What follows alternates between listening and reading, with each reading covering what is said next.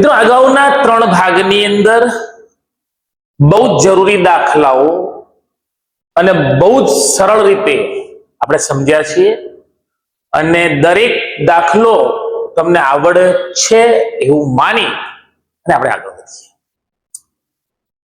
ઘાત અને ઘાતાંક લગતો એક દાખલો, કિંમત શોધો. અને આ જ પ્રમાણે મિત્રો આપણે કંઈક અંગ્રેજીના ટોપિક, વિજ્ઞાનના કંઈક આઈએમપી પ્રશ્નો સાથે મળતા રહીશું. માટે પરીક્ષા સુધી ચોક્કસ જોડાયેલા રહેશો.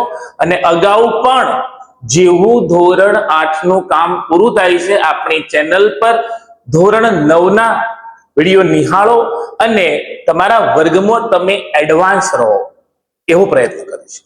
જોઈએ, કિંમત શોધો. દાખલા નંબર 1,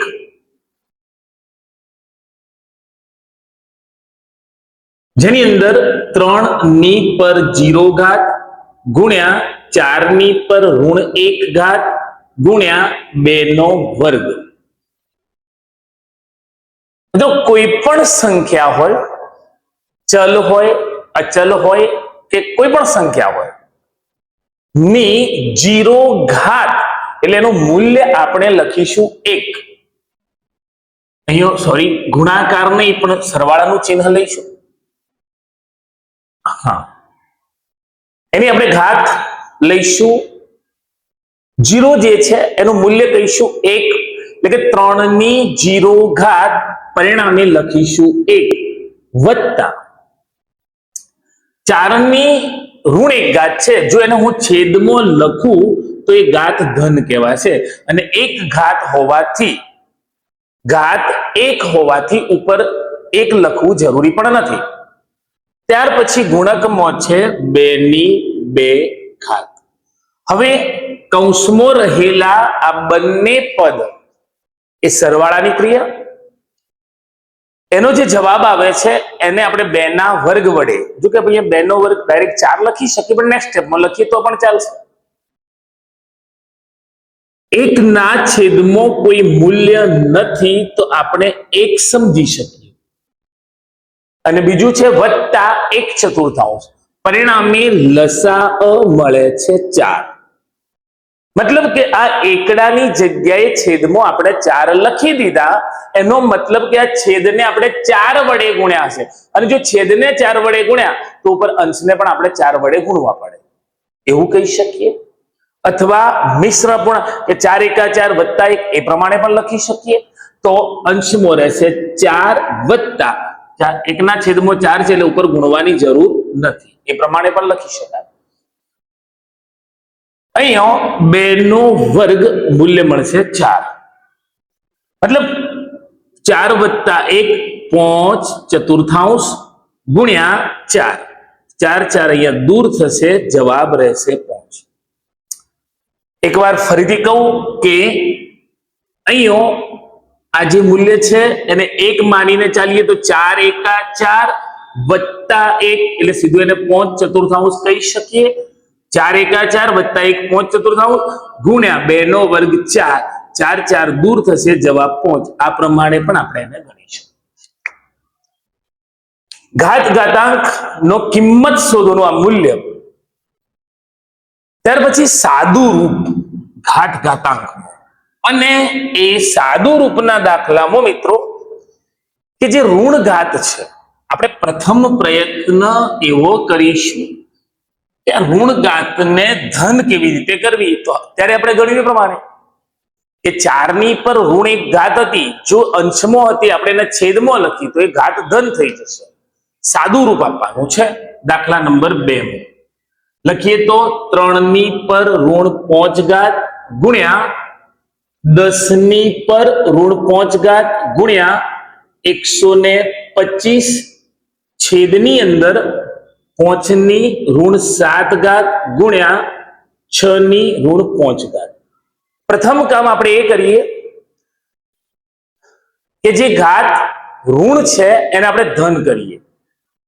મતલબ કે જો ઘાત અંશમાં લખી છે અને ઋણ છે તો આપણે એને છેદમાં લખી દઈશું. એ જ પ્રમાણે ઘાત છેદમાં લખી છે અને ઋણ છે તો આપણે એના અંશમાં લખી દઈએ.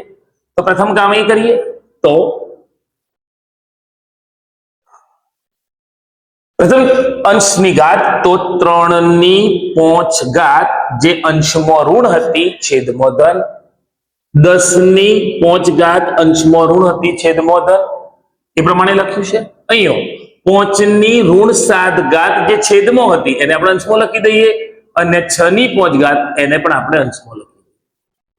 ઓકે, એક મૂલ્ય બાકી છે કે જે ગુણાકારમાં 125 છે. હવે આપણે એવું કામ કરીશું કે કોઈક સંખ્યા વિભાજ્ય સંખ્યા છે ને ઈ પર ઘાત, જેમ કે 6 અને 10, તો એના અવિભાજ્ય અથવા અહીંયા આપણને ઉપયોગમાં અથવા ગુણાકાર ભાગાકાર સરવાળો કરી શકાય એ હેતુથી અવિભાજ્ય સંખ્યાઓ લખીએ. અહીંયા 6 ની અંદર 3 અને 2, 10 ની અંદર 5 અને 2 એવું મૂલ્ય રહેલું છે. તો 5/7 ગુણ્યા 6 ની જગ્યાએ આપણે લખીશું 3×2=6 જેની પર 5 છે. એ પ્રમાણે 125 એટલે એ 5/3 છે. 125 એ 5/3 છે. 3/5 ગુણ્યા 10 માટે લખીએ તો 2 ગુણ્યા 5/5. હવે દરેક સંખ્યાને એની ઘાત એટલે કે કૌંસમાં રહેલી સંખ્યાના કૌંસ બહાર રહેલી ઘાત એ કૌંસમાં રહેલી દરેક સંખ્યાની ઘાત છે. માટે 5/7 ગુણ્યા 3/5 ગુણ્યા 2/5 ગુણ્યા 5/3. નીચે 3/5, અહીંયા 2/5 અને 5/5.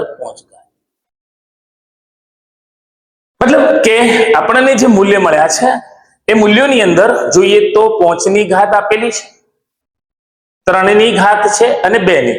જોઈએ તો ઉપરની 2/5 માંથી નીચે રહેલી 2/5 દૂર થઈ જશે એટલે વધે 2/0 ગુણાકારમાં 1, અને ગુણાકારમાં 1 લખીએ ન લખીએ કોઈ ફરક નથી પડતો. એવું નહીં કહી શકીએ ઉડી જશે આ તે, એવું નહીં કહીએ. એ પ્રમાણે 3 ની વાત કરીએ તો નીચે પણ 3/5, ઉપર પણ 3/5. મતલબ કે આ બંને પદ ની ઘાતમાંથી ઘાત દૂર થશે એટલે કે ઉપર રહેશે 3/0 એટલે 1, 2/0 એટલે 1, ગુણાકારમાં 1 લખવો જરૂરી નથી, વાત છે 5 ની.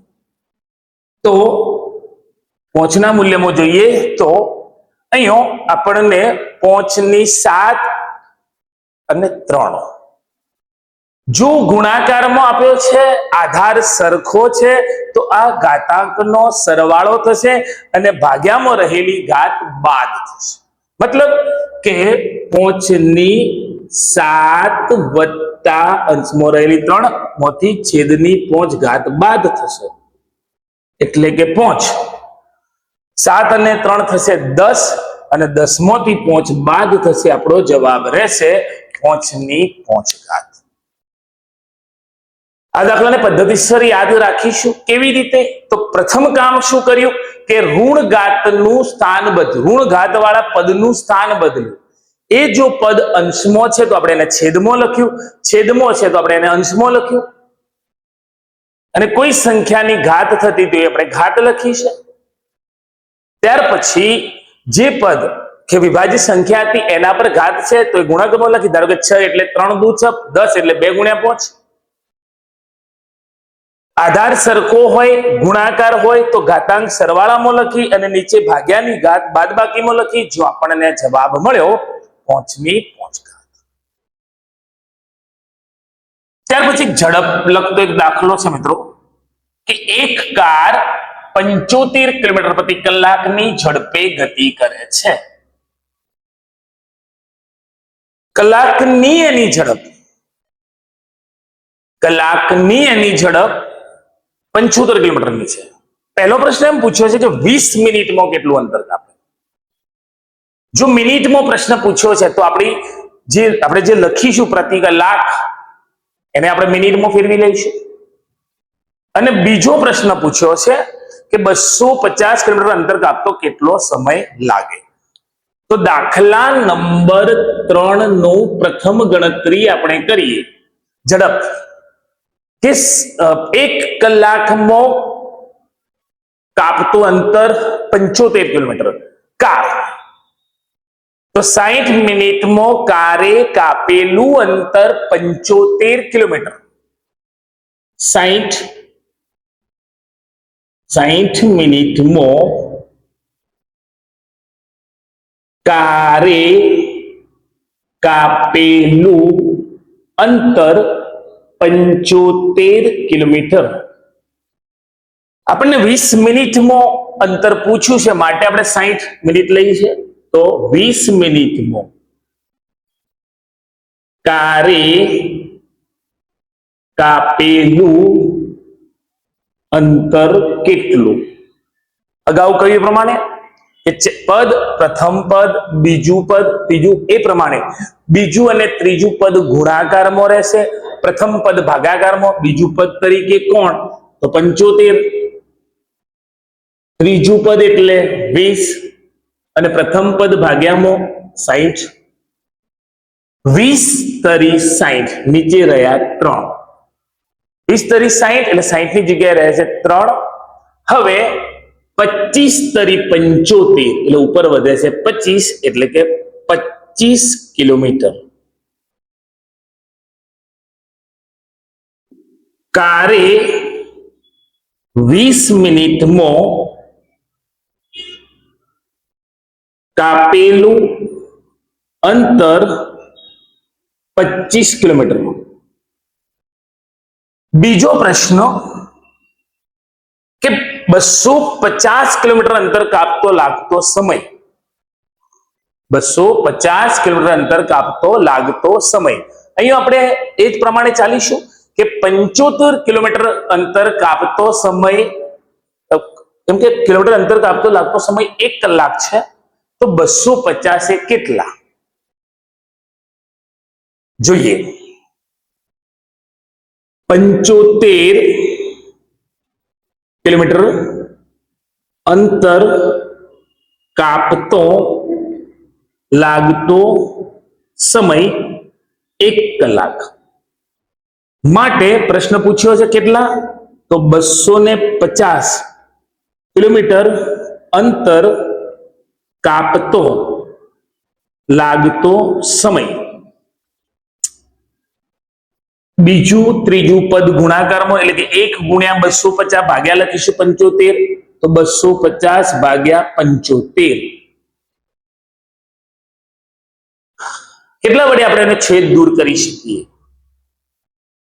પોંચ વડે. અહીંયા આપણને જોઈએ તો 15 પંચા 75, પોંચ દૂર થઈ ગયા છે.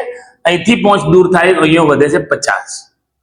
ત્યાર પછી પોંચ નો છેદ દૂર કરીએ, છેદમાં 15 વધ્યા છે, હજુ પોંચ, તો અહીંયા છે 3 અને અહીંયા રહેશે 10, મતલબ કે 10/3. જવાબ રહેશે 10/3. 10/3 એ કોઈ પ્રોપર જવાબ નથી, આપણે એને 3 વડે ભાગીશું તો 3 તરી 9 વધ્યા 1, તો 3 પૂર્ણાંક છે, 3 પૂર્ણાંક 1/3. 1/3. પરંતુ એ જે 1/3 છે એને 60, એ 1/3 કલાક છે, 1/3 કલાક છે, એને 60 વડે ગુણીએ તો મળે છે 20, એ આપણને મિનિટ. મતલબ 3 કલાક અને 1/3 નો એટલે કે 1 કલાકનો ત્રીજો ભાગ, મતલબ કે 20 મિનિટ. મતલબ કેટલો સમય લાગે? તો 3 કલાક અને 20 મિનિટ.